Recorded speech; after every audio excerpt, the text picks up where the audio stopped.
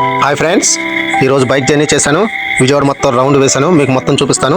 ఇది పెద్దాపురం దాటిన తర్వాత జుజ్జూరు గట్టు మీద ఉన్న లక్ష్మీ నరసింహస్వామి అనుకుంటా, అది కూడా చూపిస్తాను. దాని దగ్గరగా వెళ్ళాము.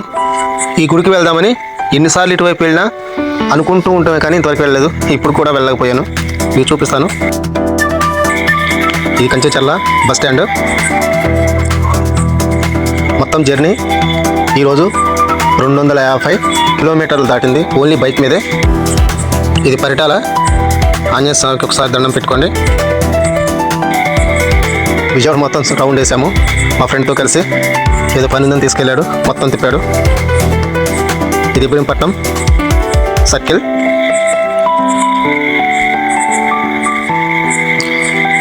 ఇక దాన్ని దాటుకొని విజయవాడ దగ్గరికి వచ్చాము. విజయవాడలో రోడ్లు చూపిస్తాను, ఎంత సుందరంగా ఉన్నాయో.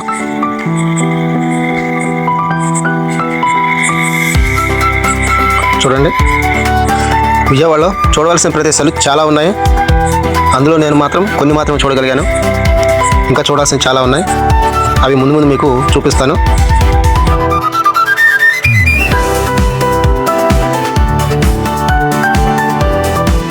ఈ రోడ్డు చూసారా?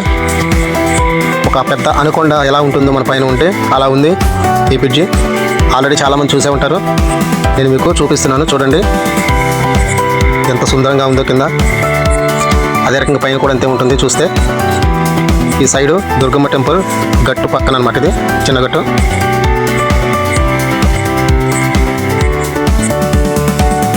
ఒక సుందర వనంలోకి వచ్చినట్టు ఉంటుంది విజయవాడ వస్తే.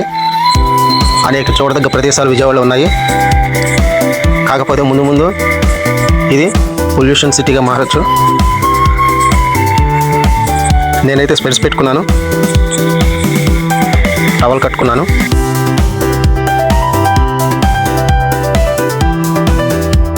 చలికాలం కాబట్టి ప్రయాణం, షర్ట్ కూడా ధరించాను.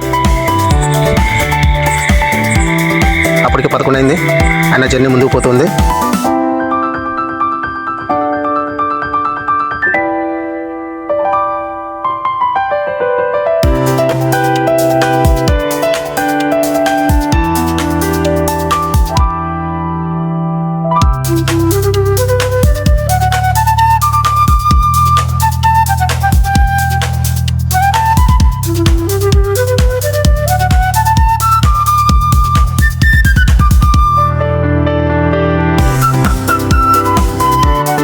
ఇది దుర్గమ్మ టెంపుల్. చాలా అభివృద్ధి జరిగింది, ఇంకా జరగాలి. అమ్మవారు మనల్ని చల్లగా కాచుకొని చూస్తూ ఉండాలి.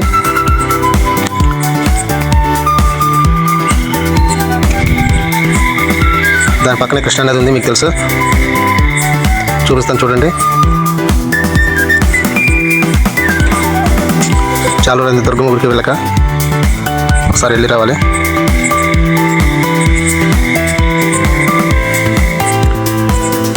మేము ప్రకాశం బ్యారేజీకి వెళ్ళడానికి ఆ దుర్గమ్మ గుడి దాటి యూటర్న్ తీసుకుని మళ్ళీ ప్రకాశం బ్యారేజీ వైపు ప్రయాణం సాగించాము.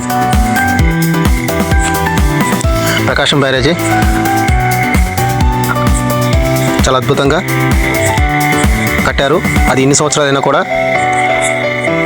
ఇప్పుడు కట్టే వాటికి ధీటుగా నిలబడింది. ఇంకా చాలా ఏళ్ళు ఉంటుంది. అది ఇంజనీరింగ్ నైపుణ్యం. చూడండి, ఇక్కడ ఒక అద్భుతం ఒకటి జరిగింది. ఏమిటంటే, ఈ ప్రకాశం బ్యారేజీ స్టార్ట్ అయిన కాడ నుంచి ఎండింగ్ దాకా కూడా దుర్గమ్మ టెంపుల్లో పెట్టిన మంత్రాలు కానీ సాంగ్స్ కానీ ఎంత అద్భుతంగా వినిపించాయి. చెవులకు ఇంపుగా ఆనందంగా ఉంది. ఏదైనా ఇవాళ బైక్ జర్నీ మా వాడు గట్టిగానే ప్లాన్ చేశాడు.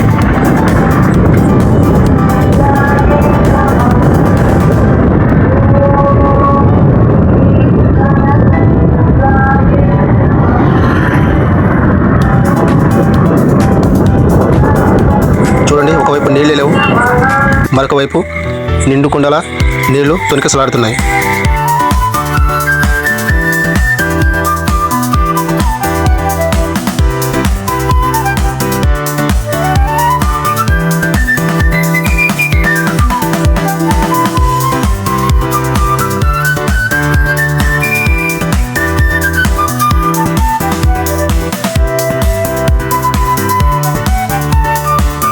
అది తాడేపల్లి ప్యాలెస్ జగన్ది.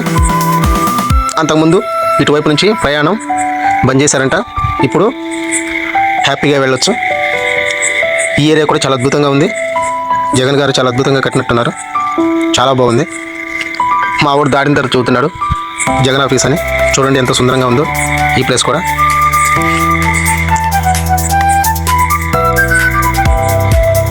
రోడ్లు చాలా అద్భుతంగా ఉన్నాయి ఏదైనప్పటికీ. ఇది వైఎస్ జగన్మోహన్ రెడ్డి పొంగవీటి రంగ ముఖద్వారము దాటాము. కుంచనపల్లి అనే ఊరికి తీసుకెళ్దాం అనుకున్నారు. ఆ ఊరికి చేరుకున్నాము. అక్కడ నుంచి మళ్ళీ తిరిగి ముఖద్వారం వెలుపలుగా బయటికి వచ్చాము. ఈసారి ప్రకాశం బ్యారేజీ కాకుండా యువకడ ఉన్న బ్రిడ్జి వైపు నుంచి విజయవాడ వైపు వెళ్ళటం ప్రారంభించాము. అప్పటికే టైం 12:30 PM అయింది. ఇక మాకు కడుపులో ఎలికలు పరిగెడుతున్నాయి. ఇక చిన్నగా ఎక్కడైనా భోంచేద్దాం అనుకున్నాం. ఇక ఊళ్ళోకి వెళ్ళిన తర్వాత తినొచ్చులే అని చెప్పేసి ప్రయాణం సాగించాము. అప్పటికే చాలా అలసిపోయాము. జర్నీ ఇంకా కొనసాగుతూ ఉంది. ఎన్టీఆర్ జిల్లాలోకి ఎంటర్ అవుతున్నాము.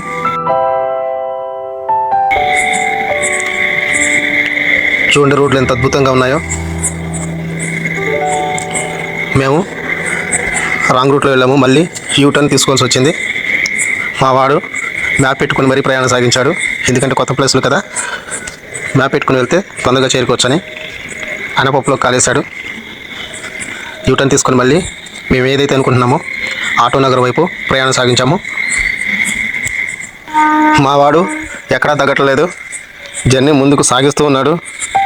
అలా ముందుకు వెళ్తూ ఉంటే కొంచెం ముందర అన్న క్యాంటీన్ ఒకటి కనబడింది. ఎప్పటి నుంచో అన్న క్యాంటీన్లో భోంచేయాలని ఆశ ఉండేది. అది ఇవాళ తీరింది. మావాడు కూడా ఆగి ఒకసారి టేస్ట్ చేద్దామన్నాడు. ట్రాఫిక్ బాగా ఉంది. ఇక కొంచెం ముందుకు పోయి బండి పక్కన పార్క్ చేసాము. పక్కనే పూల మొక్కలు అమ్ముతున్నారు. మళ్ళీ బరువు ఎక్కడ మోయాలని తీసుకోలేదు.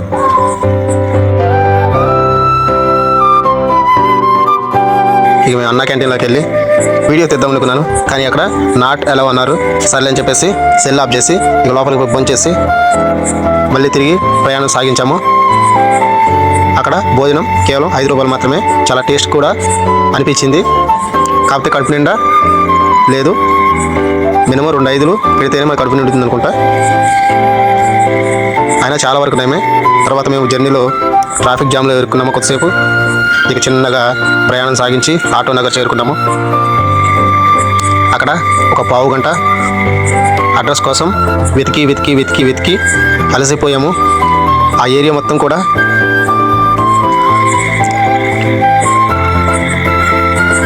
పనికిరాని స్క్రాప్ నిండిపోయింది. ఎక్కడ చూసినా ఇవే. అలా వెళ్తూ ఉంటే సైడు ఒక డ్రైనేజీ కనిపించింది. అబ్బో, ఆ కంపెనీ మనం భరించలేకపోయాము.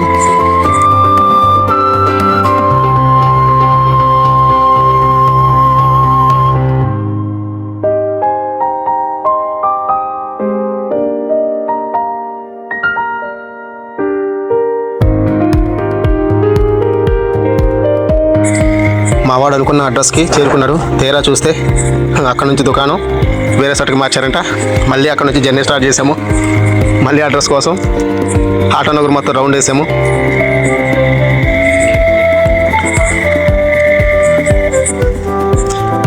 అక్కడ నవత ట్రాన్స్పోర్ట్ ఎదురుగా అన్నారు. అక్కడ పోతే అక్కడ లేదు. మళ్ళీ అక్కడ దిగి ఒక 4 అడిగితే ఆ ప్లేస్ చెప్పారు. అది తిరిగి ఆ ప్లేస్కి వెళ్ళి అక్కడ మాట్లాడి తిరిగి ప్రయాణం ప్రారంభించాము. ఇక మా జర్నీ మళ్ళీ వచ్చిన రూట్లో కాకుండా నున్నా వైపు ప్రయాణం సాగించాము.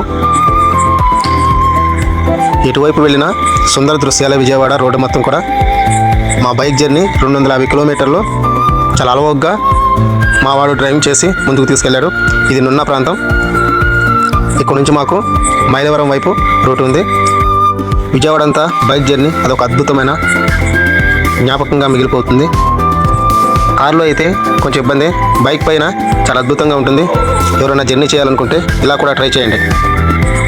ఇది నున్నా సెంటర్. నున్నా సెంటర్ నుంచి బయట వైపుకి ప్రయాణం సాగించాము. అటువైపు మైలవరం మీదుగా మా ఏరియాకి దారి ఉంది.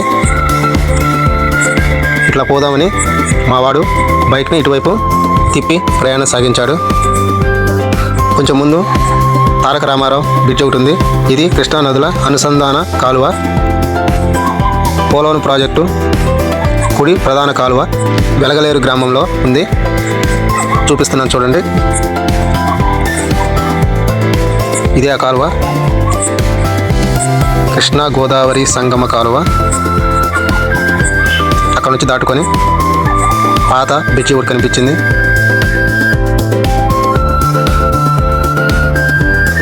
ఇది ఇవాళ మా జర్నీ, బైక్ జర్నీ. ఈ వీడియో నచ్చితే like, share, comments and subscribe చేసుకోండి. ఇలాంటి వీడియోలు మీ ముందుకు తీసుకొస్తూ ఉంటాను.